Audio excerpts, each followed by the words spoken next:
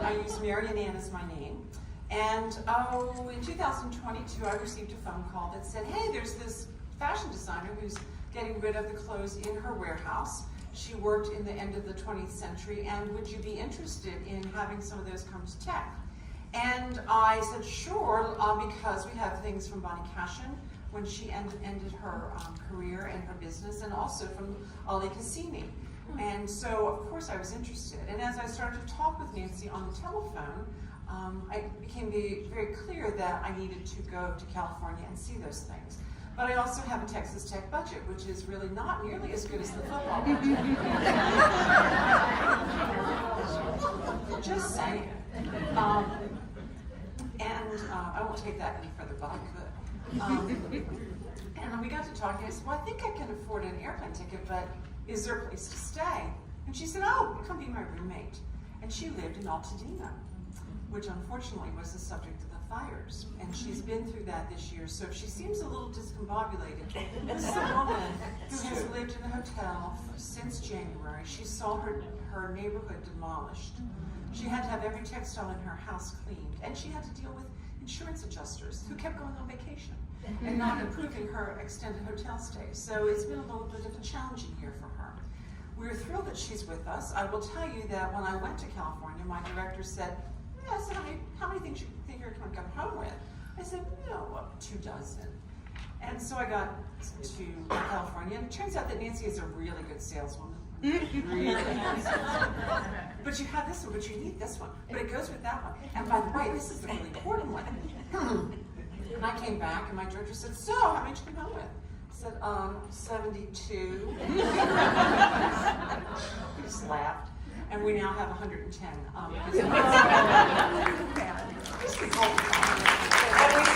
We still have more. We can sneak them in. So tonight, we're really fortunate to have Nancy Johnson with us. The Helen Jones Foundation helped to fund the exhibition that is in the hallway of 110 pieces. But before we go into talking with Nancy, I would really love to introduce you to the people who made that exhibition happen. And they happen to be sitting on the front row. Not all of them are here, because some of them have graduated. But I'm sorry, you're going to have to do this, and I know you're filming, but you'll just have to get over it. Jade Lee is our graduate student who's going to stand up. I know she's going to do this. And she's going to remain standing. She really was the lead on dressing. It turns out she has a real talent for that. Assisting her is Riley Coffer, who's going to stand next. And also turn around so they can see your pretty dress. And then there's Dawn, whose last name starts with a Z, and I've not learned how to say it. She is an undergraduate student, work study student, who is studying to be a veterinarian. And then next to her is Alexia Johnson, who was born in Jamaica and is also a work study student, a freshman, who had to buy herself a bicycle so that she could get all the way across campus. These are really the women we need to thank for making it safe.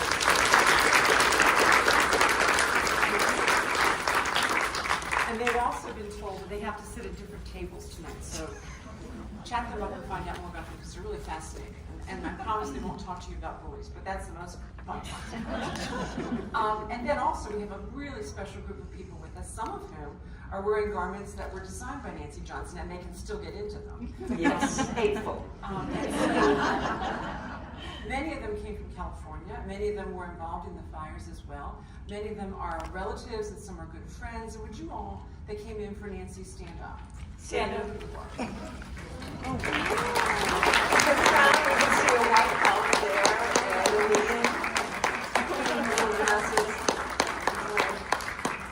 Okay, so without further ado, we'd really like to begin telling you a little bit about Nancy Johnson and her style and what happened with her business. You might want to turn your phones off if you haven't already done that, because you really don't want to be the person that's on this video that's going to end up on YouTube.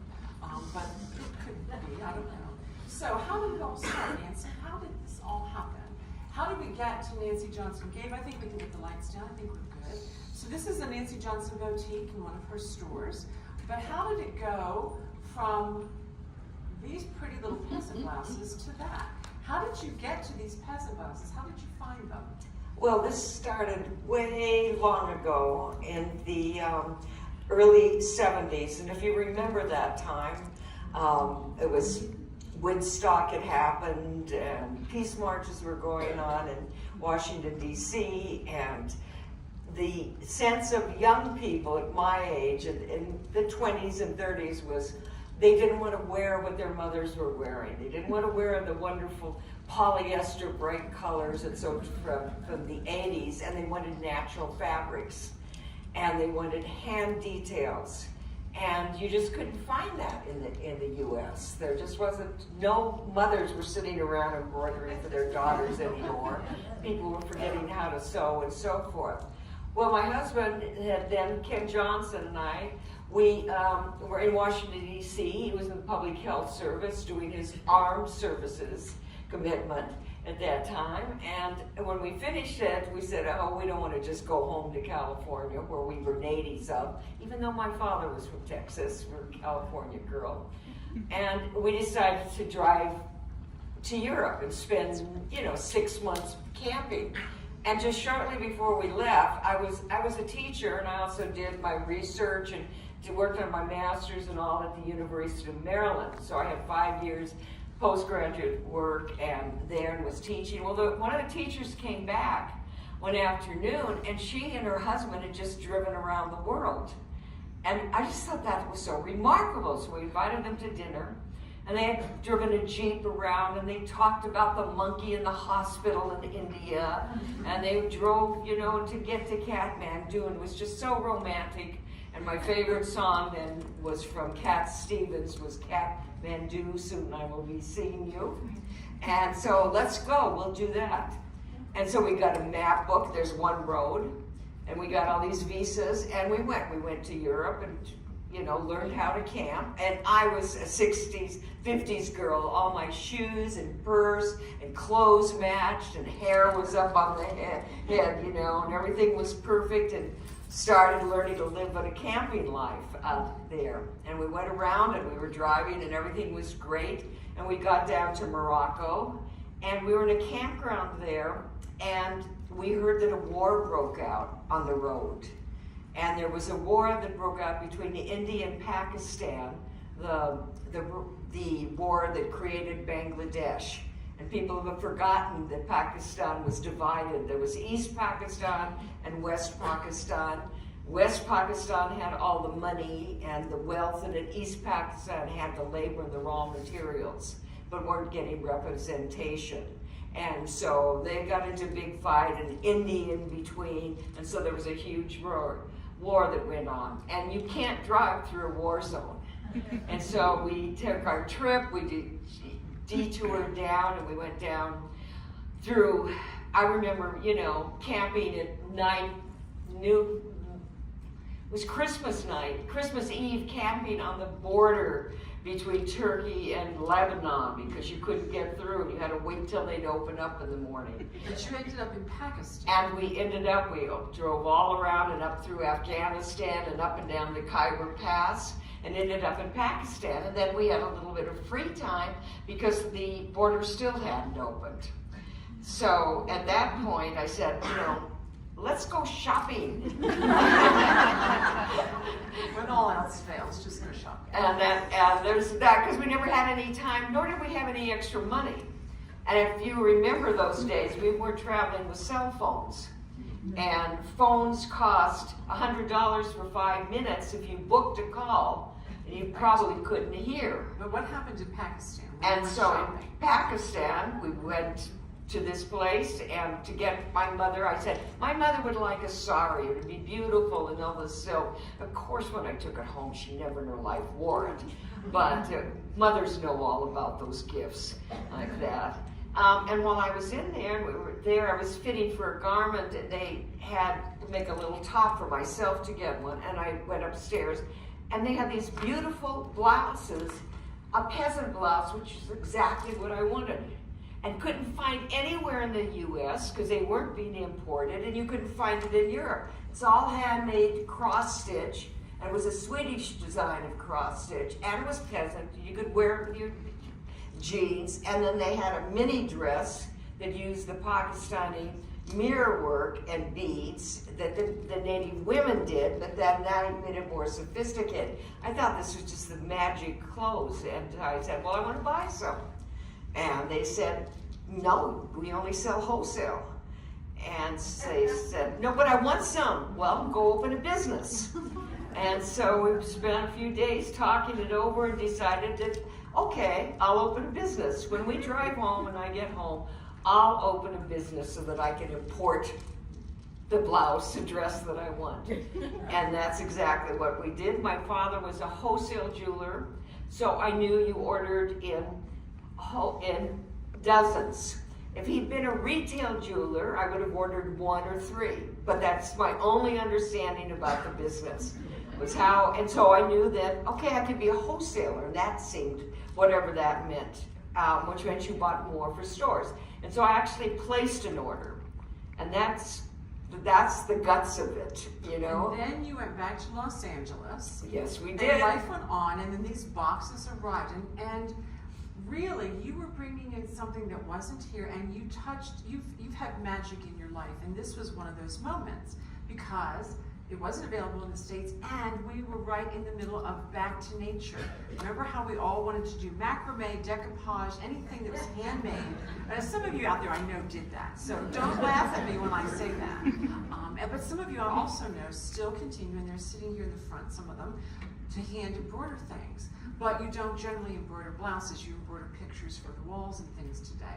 And that work isn't being done in this country. And you came back, people wanted back to nature, they wanted handmade things, and they didn't want what their mothers were wearing. So you have these things in your house, how are you going to get rid of them? How are you going to sell them? Well, that's I had no idea how to sell them.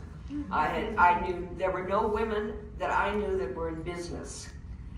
Women didn't study business at our age. They weren't in the universities. They weren't classes. So they didn't think. So I had no role models.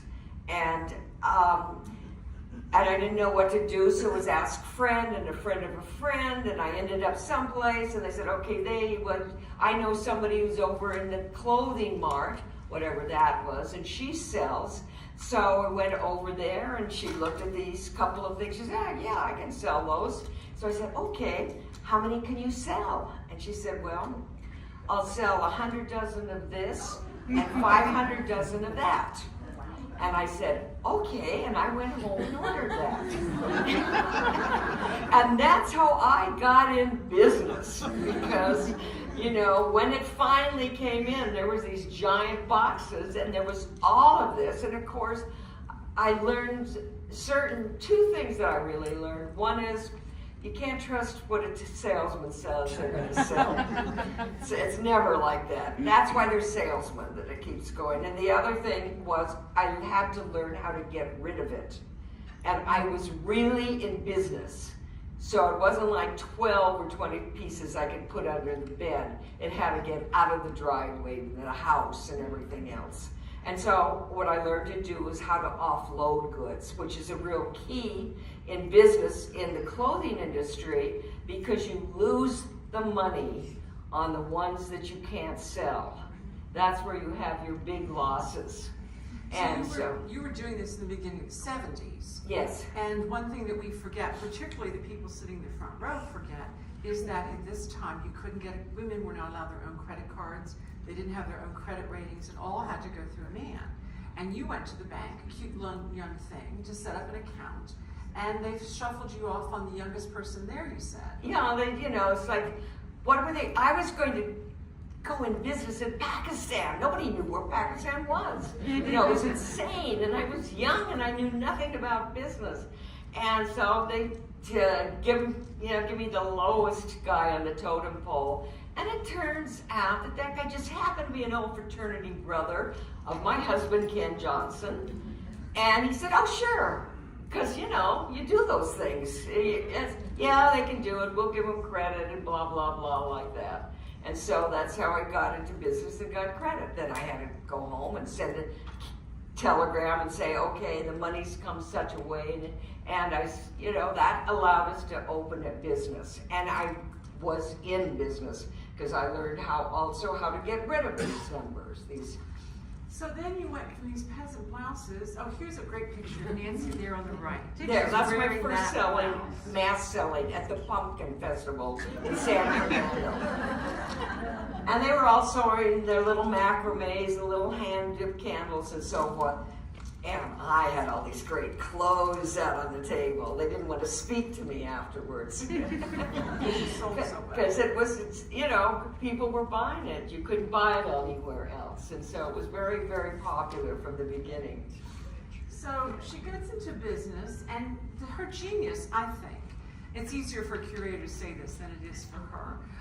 And she probably didn't think about this until I started saying it this week, because I didn't think about it until this week, was that she would look at a tablecloth and she would see beautiful embroidery that she could cut up. I'd only ever thought about cutting up a bolt of fabric to make a dress, not Nancy. She saw these beautiful embroidered things that came from tablecloths that were being purchased by the mothers of the women she was trying to dress, and these beautiful appliques that were on these tablecloths. And Nancy saw that it was all hand done, and she could cut that up and make it into beautiful clothes that the women's daughters would wear. And so now you're in business.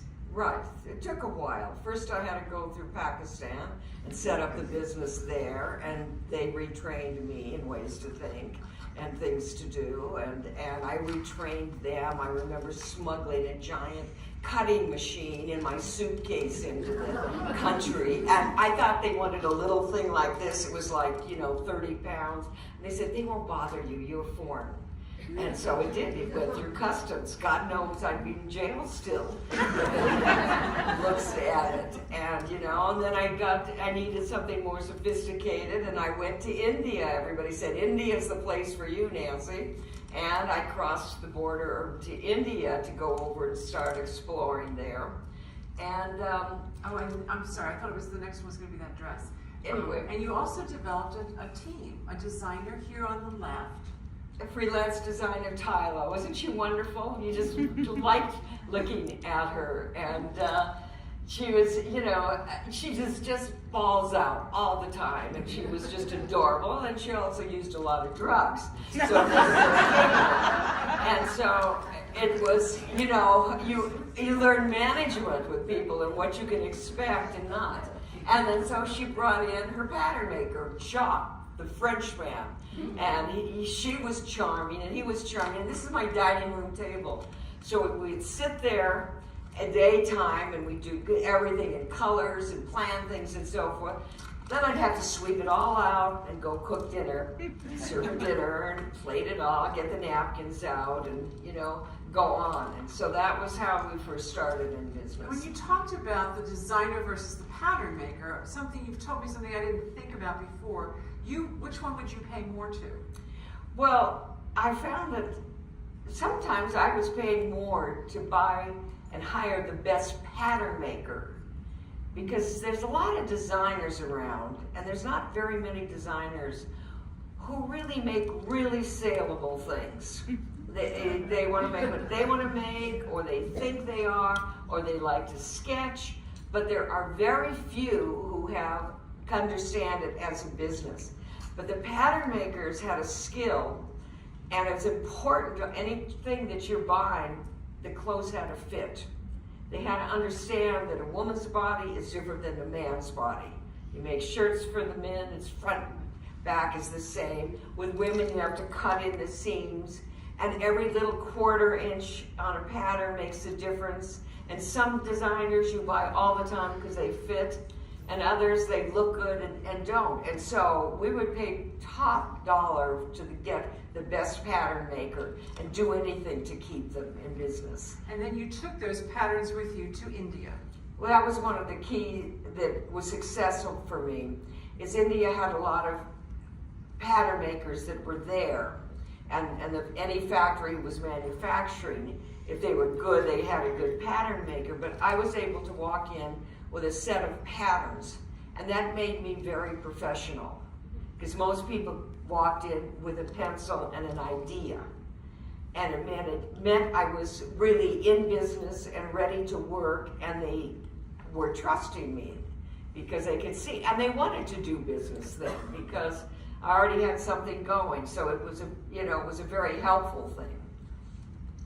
And this is a piece, this ikat is from, isn't the fabric from India? Yeah, this is one of the early dresses because first we made mirrored and embroidered things, and then I went into India because what I could get in India was the wealth of with fabric, and they could also do that rose pattern came off of a 1940s dress from my mother, and so it was a nice drapey railing dress.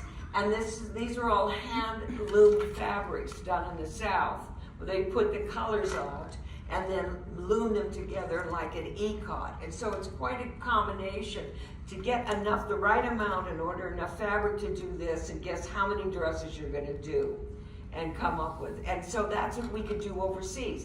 Very intensive, all that cutting and all those pieces. That's why we have gone long overseas and make our clothes overseas rather than in the U.S. because we just don't have a labor base anymore that can do that. Well, I remember in the 70s that the factories were just closing left and right. Some of you might remember that. Factories closing in the Northeast and also in the South because work was being done in Asia because they could do it better and faster and cheaper. Yes, and I went there because I wanted to go back there. I enjoyed the people and working with them. I liked Pakistan and the people. It was really fun to work with people who were very different than me, and you just make a connection across the aisle, as you say, and India as well. I mean, what better chance than to work in India? You know, this is a crazy country, and so it was lovely. So then you, this dress over here on the left is really particularly interesting to me since I've seen you holding up a tablecloth this week that has this along the edge. This is your Battenberg lace, and you began an industry really in China of women making this by hand, right? Right. And so that was, I couldn't go to China because China was closed. We've forgotten that, but some of us remember. The Mao government, everyone dressed in khaki colored, men and women. No one was allowed in the country. And it was a very, very unhappy place to be. And when it just started opening for trade and so forth, one of the things that they did was that they could make in China and gave work to women, which I always liked doing, was the women could sit at home and make the lace, and they could do embroidery at home. And they did it perfectly. What they did was not original, and that was good and bad because you couldn't do new things. It was hard for them to understand, but they could make the same thing again and again and again, and your production could come out perfect because they were specific. And one thing they did was Battenberg lace, which was available in Victorian times, but we never could have it in the U.S. It just, nobody made it ever. So you had to get it there. So one of the questions the students asked us on campus today was, how did you manage to work in Asia?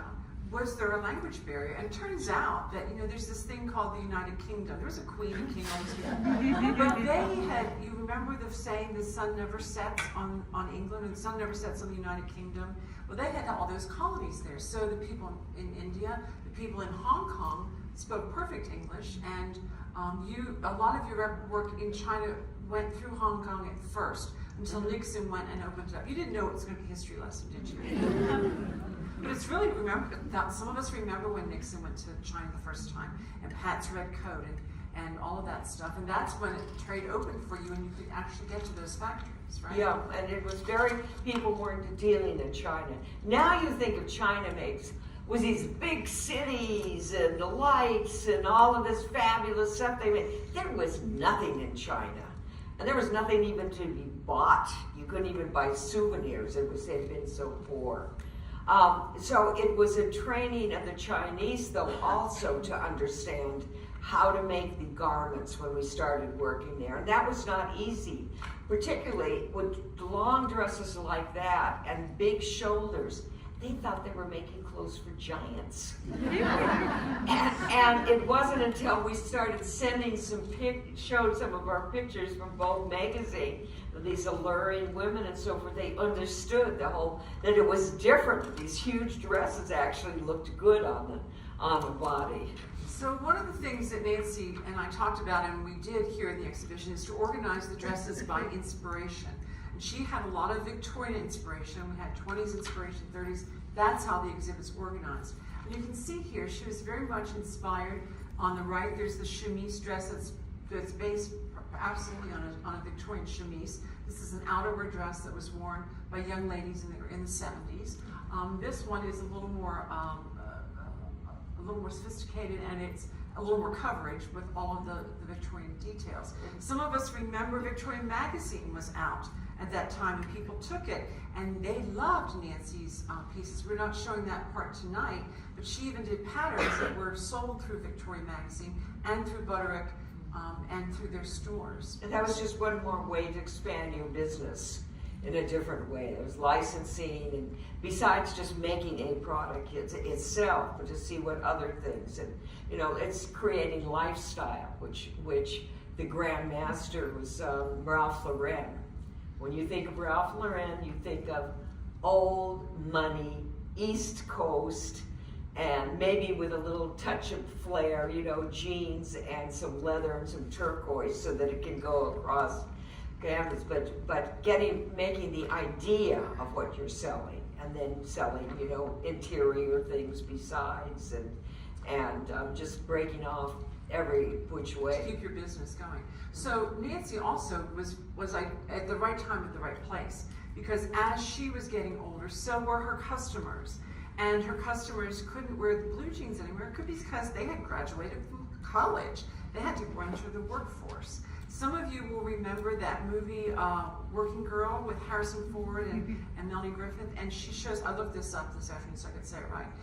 She shows up at the bar, she's trying to meet him, and he says to her, not knowing who she is, or she not knowing who he is, he says, "You're the first woman I've seen at one of these things that dresses like a woman, not like a woman thinks a man would dress if he was a woman." That's what he said. I know he would do it much better. But the women were wearing suits because that's what they thought they needed to wear. But they really wanted a feminine touch.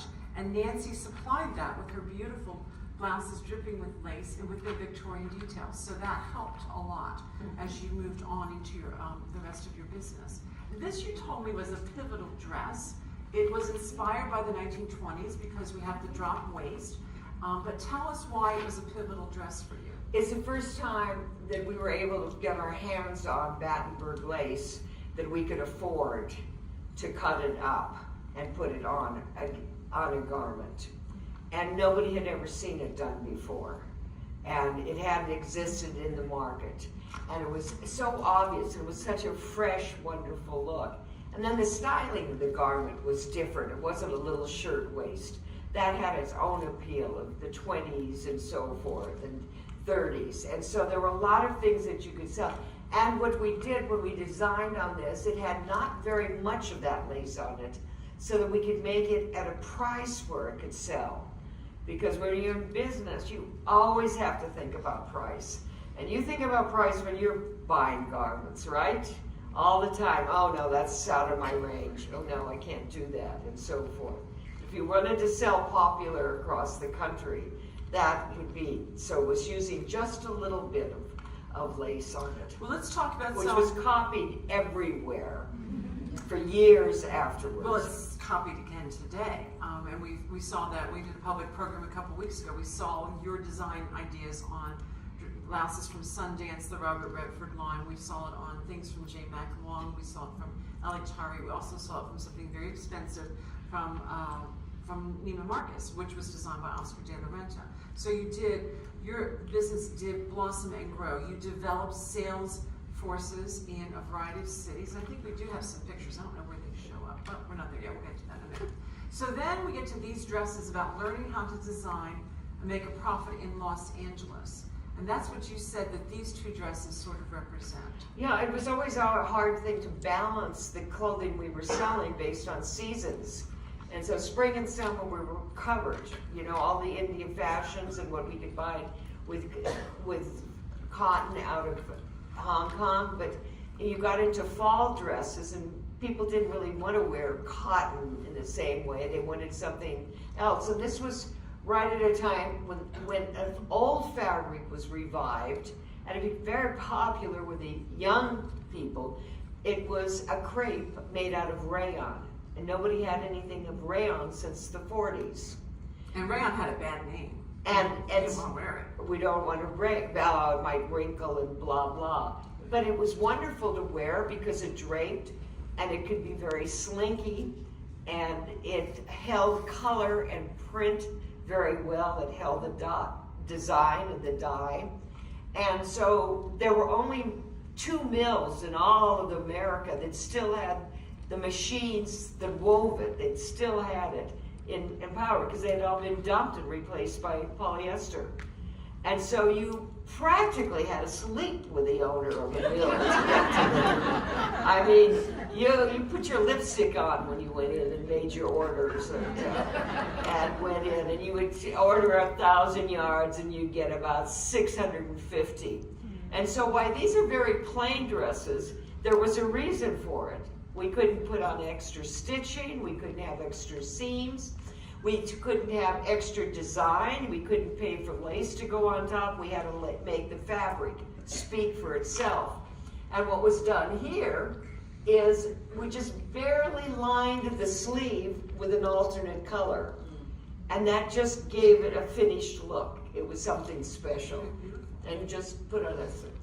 That's in Hong Kong. And we're laying out these garments and sweaters and things and specking them. And that means trying them on. And I was lucky at that time. I was a sweet young thing, and I had a body fit that was it was perfect for my clothes. So I could try on everything. And I could correct it on the spot and say this fits and that doesn't, or I don't like the way this dress is. And this is like late at night in the hotels, and there you are, and there's your working table down on the floor, and you're merchandising and decide, no, don't do this anymore. And this is what you came with. And you said these both were difficult to make. The one on the right is the intarsia sweater. And intarsia, see all these little edges, and that's all woven, and it's on a sweater, and it goes the front and back. That's not done very much because it takes special slow machines, and so it was only done in Taiwan. I couldn't get it done in Hong Kong, and I don't think you can even buy it anymore because it was too slow. But it gave interesting looks, and what we did that was different, because this was the days before pita. This is snake skin that was dyed and put on it, and leather. And so it made it very original. And this is not work that you could do all that fancy work in the U.S. And then this one has the sheer slid into the This is like an impossible to make. I haven't seen anything done like this in years. You have to make the sweater, knit a whole sweater, and then you have to sew it onto a piece of organza, and then you have to embroider it out, then you have to cut it out. Half of the sweater you cut out and throw away, and then you hand put on the pearls. So everything was complex. And then you moved into sweater dress. Oh, this is another one of yours.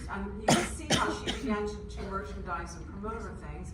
There's an ad on the right for the piece that we have here in our exhibition with all the wonderful embellishment. And more was more. Less was not more. It was better to have more is more. That was always my theory. And then you got into sweater dressing, and I swear this dress on, oops, okay, don't do that. The one on the right, I swear someone's going to try to wear that to a Texas Tech event. I just know it. Perfect. When she pulled it off the rack, I went, oh, we have to have that. We absolutely have to have that. But the one on the left is the more difficult one to make. It's the one with the embroidery. It's embroidered. Well, this is an intarsia, so they're knitting a whole dress and having all these lines open, and they have to set up patterns, these big knitting machines to go down and do that. And then on top of it, we took triangles of fabric and embroidered them, and then cut out some of the embroidery, and then embroidered them on top of the sweater dress. So a massive amount of work that would go into that's not really done anymore. And this was a favorite dress. I have a picture of me out there. I'm in it. I was talking about this to my girlfriend in Washington, and she sent me a picture of her in it. We all loved it because it wasn't too fancy. It was just simple. And it was using soutache like this. This wasn't done before. It hadn't been done since the 1890s, and where they had really expensive, beautiful coats to wear out and all of this machine embroidery. So she moved also then into better dresses. You see some examples here. The one on the left is a cranberry velvet that ended up in a Talbot's line. The one on the right is just stunning with all of that work. I'm going to move you along because we want to get to dinner in a bit. And then another inspiration, you mentioned earlier the 20s dresses. There's someone here today with the dress on the right on that you called one of your tank dresses. And you thought these were great for dancing? Well, it's a great for selling the idea. You know, they're great to wear for weddings. We have one here, stand up. Karen, you've got one of these tea dresses on still, and it's still looking great. And this was all hand embroidery and handmade crochet lace. All of that to go into the garments.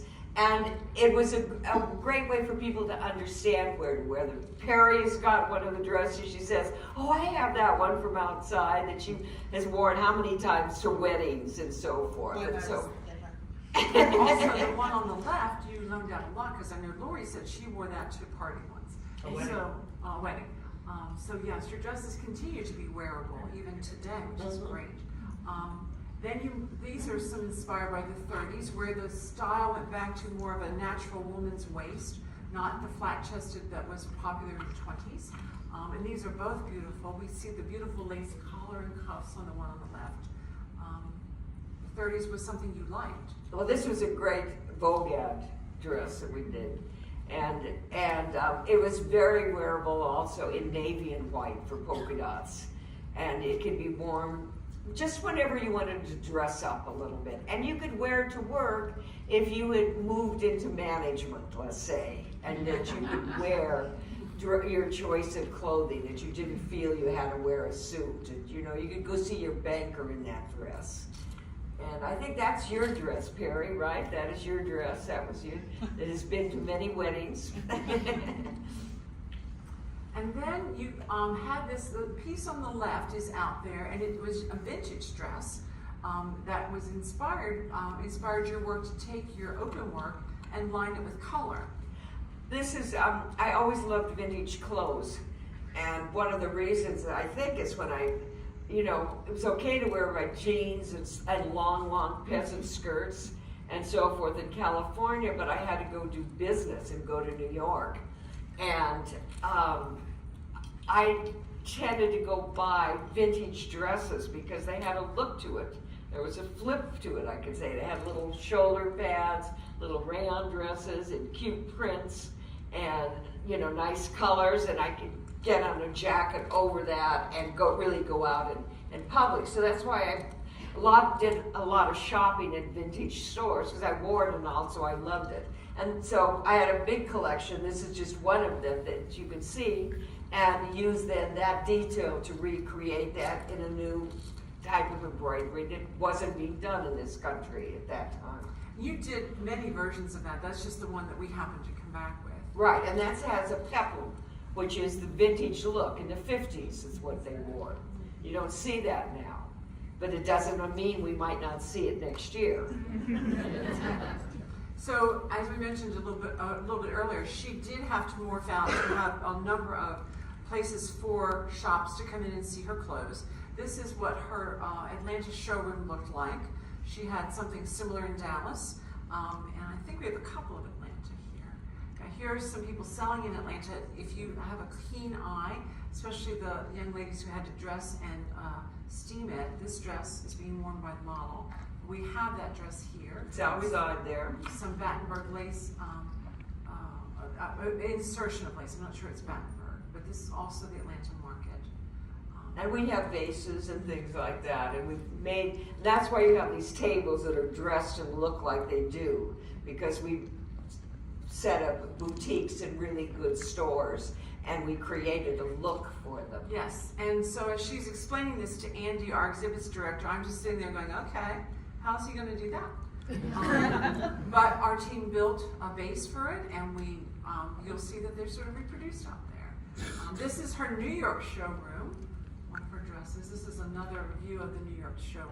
You can see it's like a tea room, and it's very special. This was a building that nobody had been in this. It was all gray concrete. And you could look outside those big windows, and we were on the level of the Empire State Building. So you could, you could have seen the ape when he was crawling up there that time. So it had a perfect sense of view everywhere. And so we turned it in, into a fashionable tea room place and so forth. That's not how the garment industry is. And it certainly wasn't modern, but we capitalized on something else. I noticed there's a wonderful chandelier here. We were at dinner the other night. Now, I will tell you, working with our exhibits team is both exciting and a lot of negotiations. And there's vision, and then there's what we finally are able to achieve. We do the best we can. But Nancy was really stretching them. And I knew as she sat in that room with him that she was just, and he's going, yeah, we can do that, I'm like, you've never done that before. And so anyway, we're sitting at dinner the other night after the show is up, and she notices that the place has a chandelier just like that. And she, Gabe, something is wrong with me. Am I better? Good. There's a lot wrong with me, but with my mic. She said, we should take this chandelier from this restaurant and take it back to the museum. And she was only half joking. I knew we were headed there. I'm sorry for that noise.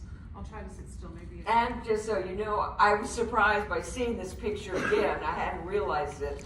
This rug is now in my dressing room boudoir that also has a chandelier in it, and they're dressed with a big chest from a cabinet and mirrors and all this other goo-gaw stuff around because it makes me smile.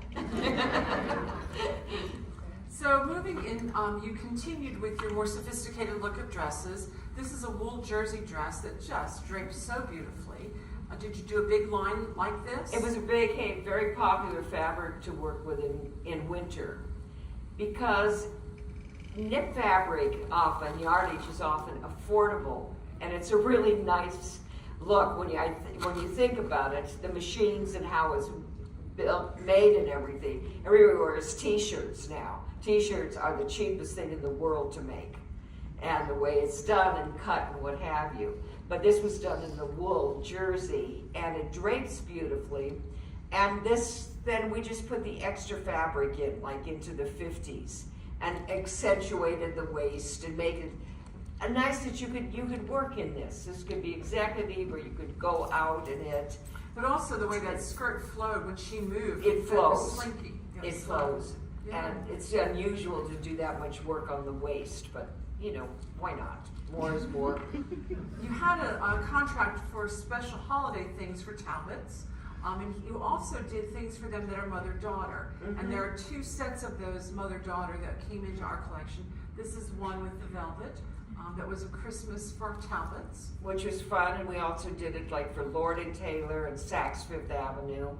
And it showed very well in their catalogs. We did a lot of catalog business.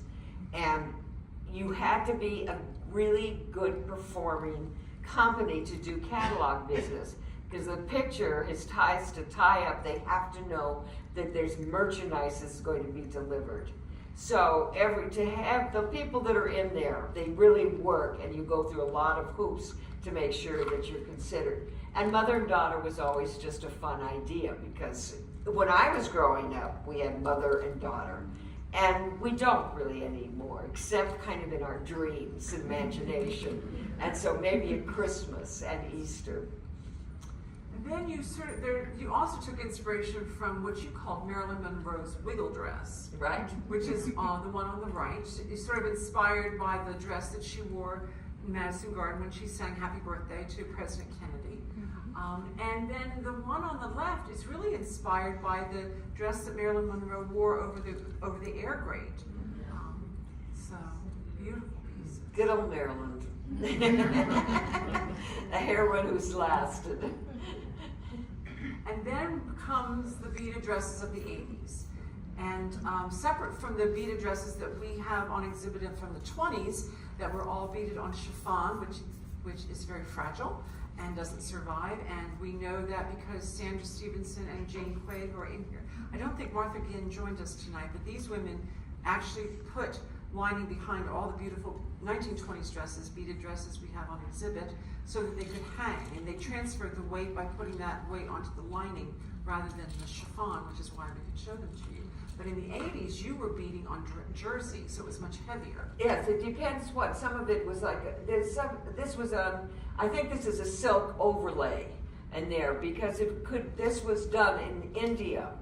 If you think of the fabulous saris that they do, and they sit on the floor, and they have these big wooden little stilted things, and they work on it like that. And so it was carefully attached that you have to then line it carefully so that but it's something else carries the waist. And in that case, you can really drape it. It's not as simple like a 20 shape.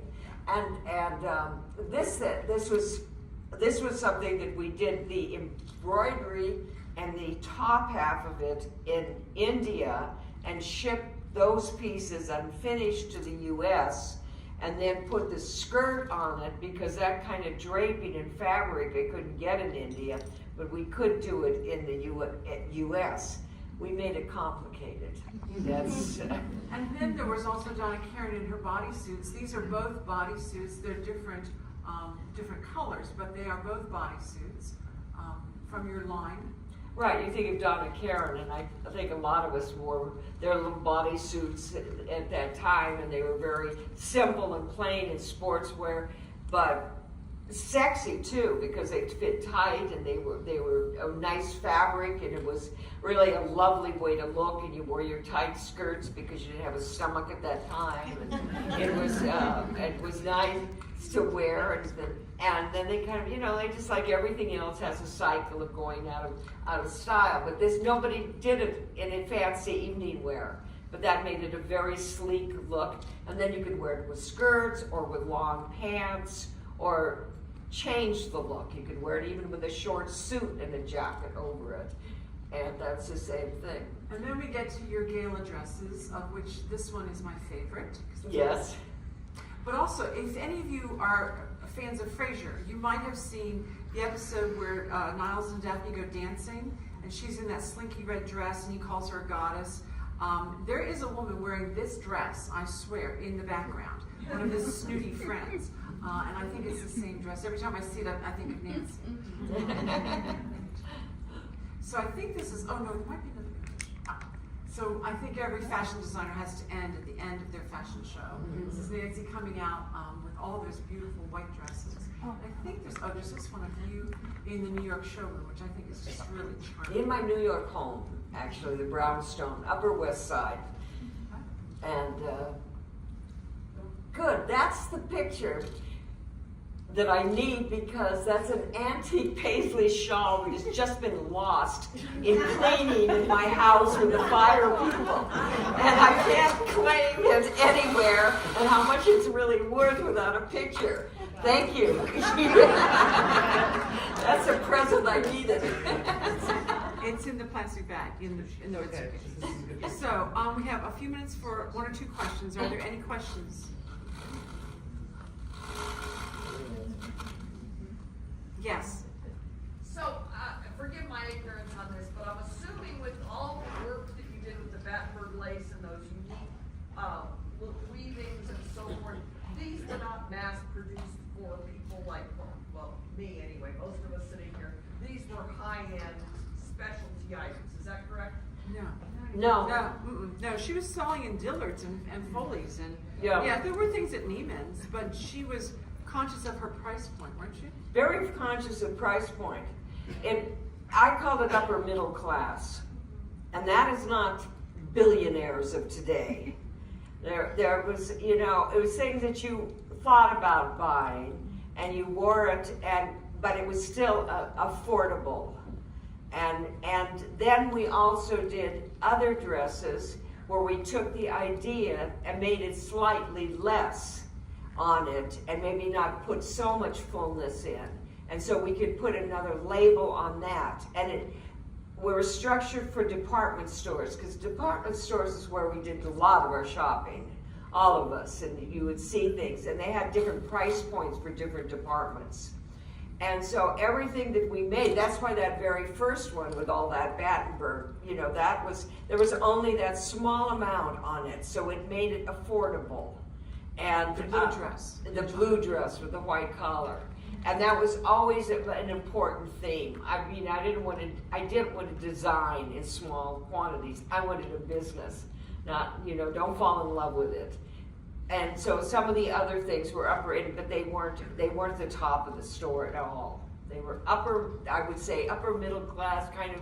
We made it look better too, because in other words, we didn't charge for imagination and how to figure out how to design into price points all the time.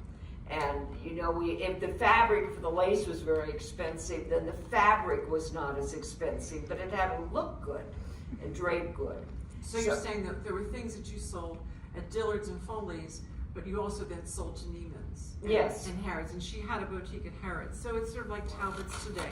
So it's upper, but it's not Nordstrom's, designer. Other questions? Yes. I recall you had 3 or 4 different labels. I believe Nancy Johnson Premier was more of a dress high end, and there were other labels. Like Sun Glow, Moon Glow, and Yes. Sunbow, yes. So that would categorize into all the different price points that you were trying Yeah, and it changed, and that's when it started. We started with Sunbow, and we needed somebody to name it. I didn't even name it. We contacted Ken's uncle, and so these are 2 of his daughters, and we were talking about it, and he says, I'll work on this when we got home. Because we were driving home trying to figure out what I was going to name the company. I wanted something special. And he came up with the title Sunbow, which was perfect for the time. And our label was bright orange and magenta. And it was sophisticated, and it had the sun, but it wasn't, it wasn't dopey. And so it actually made my company look far more sophisticated than it was. And that was the first line, and that was just blouses. And that was all we made. And then I made a few dresses. Then I learned that if you were going to make dresses and sell in department stores, you had a separate label. And so Moonglow was just an automatic label. And then we wanted to make some of the more expensive dresses besides, would sell in a different department. And so as you said, yes, how better higher up. And so then Nancy Johnson on Prisma became the label, which just turned to Nancy Johnson. And so it went, through cycles, but there was a reason each time we, made a name change. And when you look at the exhibition, if you look at the labels, they'll tell you if it's a Sunbow, a Moonglow, Prisma, what it is, in almost every case. So, one more question? Yes. When and why did you get out of the business, or are you still in it to some degree? Well, but I'm not still in it. The businesses often have a lifetime. And I remember when I first really got in the business, and I was so young and wide open-eyed and so forth. I remember my accountant, who was a young fellow, he said, Nancy, clothing is a young person's business. It's a young person's business. I never forgot that. I mean, you can only go through so many seasons. And so I was independent for like 30 years, and I also then did a lot of consulting for other companies, factories overseas that needed to get into and they have a way to get into Walmart, let's say, and sell like that, and sell direct, and work for other companies in different ways, and not have this intense pressure of producing a new product completely for your company every 2 months or 3 months. Clothing is so fast. It's exhausting. You make this design, this chair, and you just your factory keeps making it. Clothing in 2 months from now, this is worth nothing. Because the style has changed, the season has changed, Right. money And has so gone. she still does jewelry, and you'll see examples of that out there. Which is, you know, it's a segue. But we've been talking about the challenges of that because of the tariff situation now. Since all of the stones, no matter where they come from, they're cut in India, and those tariffs are going to affect whether people are going to be willing to pay higher prices. It makes it impossible. Instead of paying, you know, something because of, like India has a 25% tariff, or if it's a bad mood date, it has a 50% tariff, and it's playing with people's lives. My people are out of business. I have a stock of beads that I have because I, you know, buy too much always, a little bit, and so forth. But you can't sell it in anymore, and they've also cut off the access of post that would allow you to send it in. So the jewelry that's out there for sale is actually a good deal right now. So It is. It actually is. You know, because something that would sell for, well, you could figure 25 and 50% duty, and that's paid by the importer. And the only way they can pay it is that they add it to the price. If I have to pay, instead of $100 for all the beads in the necklace, I have to suddenly pay $125 or $150. There's no way I can stay in business unless I pass that on. And so what we really talked about a little bit earlier, the reason you didn't manufacture a lot of things in the States is that the factories were already closed down. And now, although we think tariffs will bring that back, those factories are not here to fill the void. So that's part of your challenge. Something I don't see at all. I just don't see particularly families who've worked so hard to move up a ladder and send their children to school and so forth, saying, okay, now you go and sit at a sewing machine, you know, which is a very honorable job, but it's a very difficult job. And there's not the factory workers anymore, and the interest to become them. And you don't do it overnight. Nobody just builds factories overnight. So it's almost time for us to end. Okay. We have to have a commercial at the end. You have, our programs are up there. Andy just told me today that Nancy's show will continue through May the 11th. So it'll be up a little bit longer. We're very happy about that. And our parasol exhibit continues into November. Leon Weber's is coming to speak here on November 13th. And he's very interesting, always, and fun. And Leon is the person that connected us, so he is a lot of fun.